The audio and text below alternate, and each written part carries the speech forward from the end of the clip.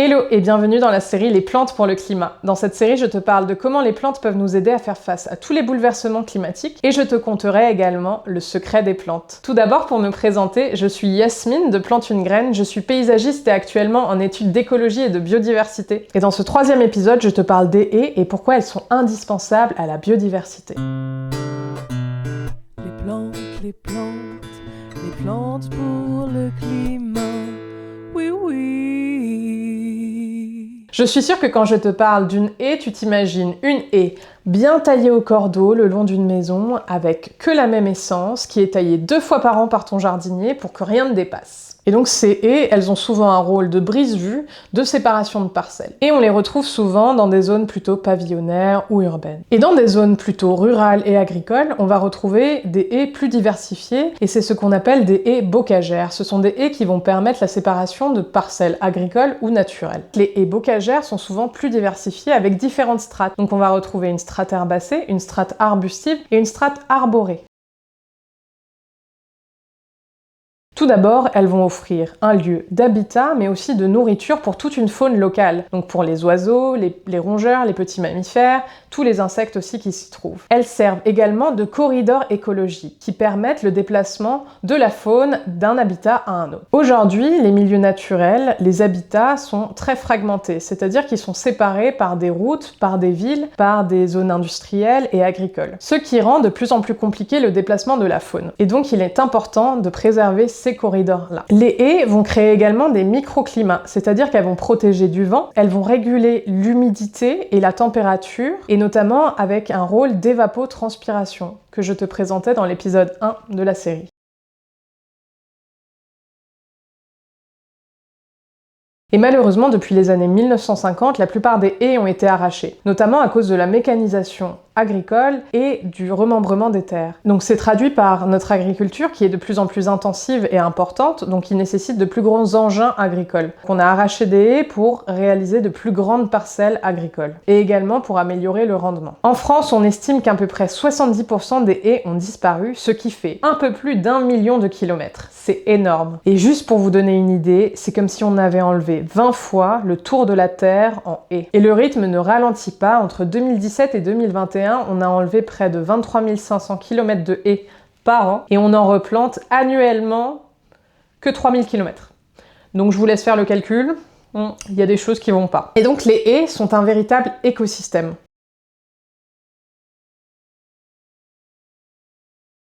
Pour revenir à des choses un peu plus positives, les haies sont vraiment des trésors pour la biodiversité quand elles sont diversifiées. Donc quand notamment vous avez une strate arborée avec par exemple des érables, des chênes, des frênes, on a une strate arbustive avec du noisetier, du cornouiller, du sureau. Et ensuite, une strate herbacée avec plutôt des plantes spontanées. On peut avoir du lierre, des graminées, des orties par exemple. Ça, je t'en ai parlé dans l'épisode 2. Cette diversité de strates va permettre la diversité des habitats pour toute la faune. Et les haies vont aussi servir de protection pour nos cultures, les sols et surtout pour nous. Mais les haies agissent aussi en nous protégeant, nous, nos cultures et les sols. Tout d'abord, elles vont limiter l'érosion des sols, notamment en limitant le vent et en favorisant l'infiltration douce de l'eau dans le sol. Ensuite, c'est qu'elles agissent aussi comme des barrières contre les pesticides. Si votre habitation se trouve à proximité d'un champ agricole qui utilise des pesticides, ça va permettre de créer une barrière végétale et donc limiter la dispersion des pesticides dans l'air. Et elles participent également à la qualité de l'air et à la régulation du climat local. Et dans des zones pavillonnaires et plus urbaines, on a souvent des haies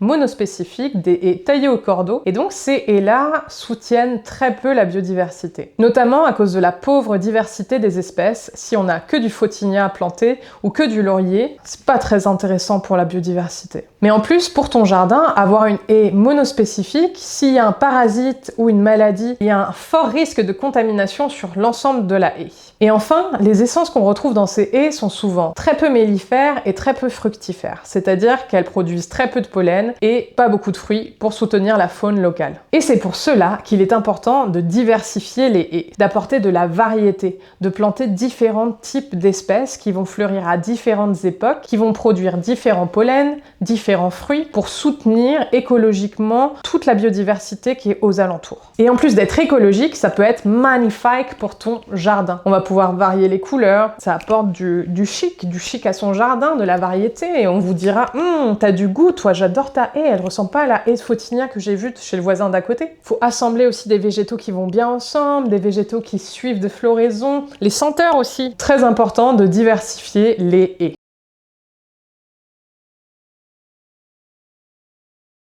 Et donc face à cette crise, cette situation très alarmante, on a plusieurs plans d'action qui sont mis en place, notamment par le ministère de l'Agriculture, qui a mis en place le plan d'action Plantons des haies en 2021, qui a permis de planter 7000 km de haies en 2 ans. Et donc cette année, en 2025, on a le pacte de la haie qui a été lancé, et donc qui vise à planter 7000 arbres par an d'ici 2030, soit 50 000 km de haies sur la décennie. Et donc tout ça donne espoir pour préserver les haies. Mais à notre échelle aussi, on peut planter des haies pour renforcer la biodiversité et préserver nos paysages. Si vous avez le projet d'aménager une haie ou d'arracher une haie monospécifique pour planter une magnifique haie champêtre, donc privilégiez tout d'abord les essences locales, privilégiez aussi une diversité d'espèces avec une diversité de floraison. Renseignez-vous également sur les aides régionales que vous pouvez avoir au niveau de votre ville ou de la région, mais aussi sur les labels, et notamment le label végétal local qui va permettre de garantir une diversité génétique dans vos espèces. Merci d'avoir regardé cette vidéo. N'hésite pas à me dire en commentaire si tu as pris des initiatives en faveur des haies et de la biodiversité. N'hésite pas à me rejoindre sur Instagram, le lien est en description, et je te mets plein d'infos utiles également en description, et je te dis à la semaine prochaine. Les plantes, les plantes, les plantes pour le climat. Oui, oui.